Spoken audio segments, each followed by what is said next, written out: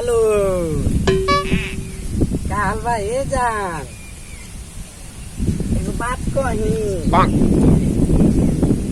मिले आवा ना बड़ा मन करता मिले के बस बढ़िया में हनु आवा हम आवत तनी कहाँ बाड़े रे? आई बा रुको हम बाकी को बुलावता अबे आवत नहीं बहाना बना के आय मेजू क्या करता रे?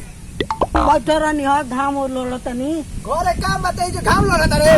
अब कौन काम बा कौन घरे धान बोए के बा जो डीजल एक भाई जते का करता रे? धान आदियो रे पाई तो सब कह के धान रोपा गइल तो राजू रे भाई तो डेट बढ़ी। बाजी एगो बात कही कहो का हो? तू चल खेते में हनु हां हम मैदान को क्या आवत तनी बेदार कोई नहीं के करे जाके। चल घरे पहले काम कर चल। ना दे देबो ना चल घरे चल। अभी ये जो हक देम ह जोर से लागल बा ना जल्दी जो पाइप तोड़ के धोई रे हक देबे त। अब तू खेत में जा हाँ, हम चल। मैदान को क्या अब आवत खेत में जाते ही जल्दी हक क्या जल्दी। हाँ, देर हाँ। मत लगाइए। अबे आके बन हां जल्दी आ। जा।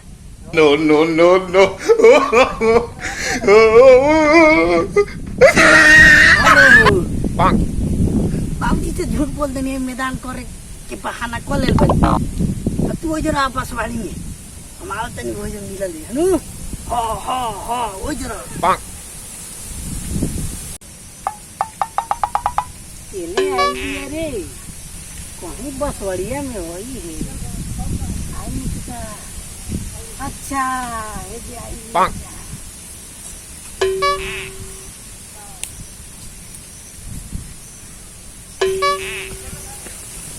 अरे हमार भैया थोड़ी जा आज तुझे चाट के प्यार खोल जाए हनु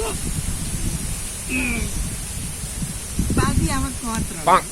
भूलिया देनी हनु बुढ़वा के आँखी में ना लगते ना भूलिया देनी अरे धन हो धन खूब प्यार कर जाई खूब हनु ये प्यार कर जाई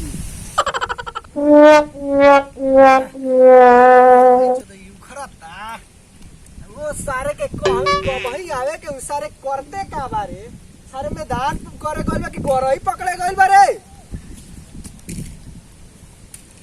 चिपोथनो कहां बाड़े रे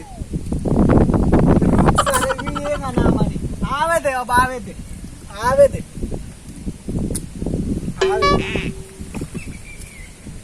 No.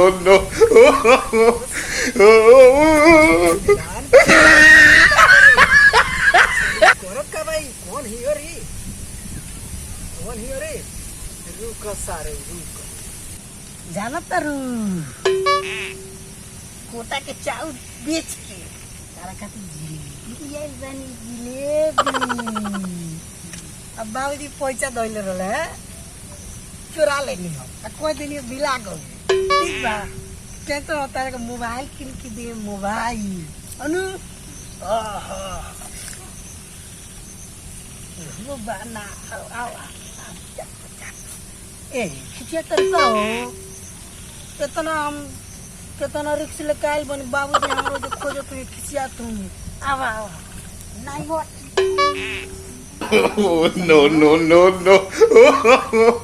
No.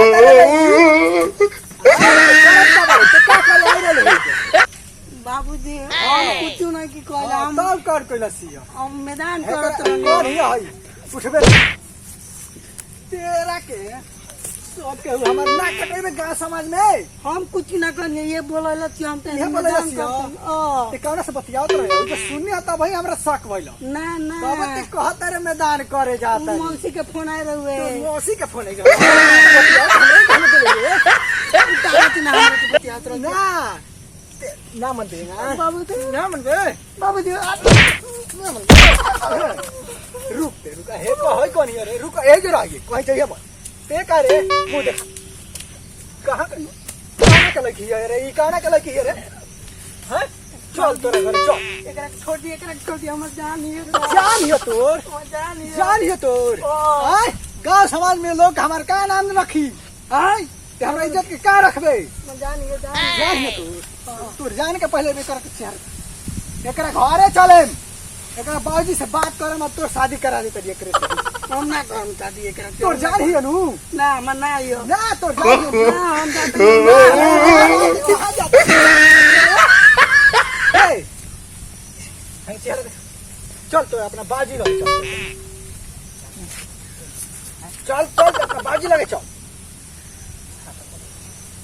कौन है रे कौन है रे ते बता तोर नाम का है रे बता अरे दादा रे अरे दादा रे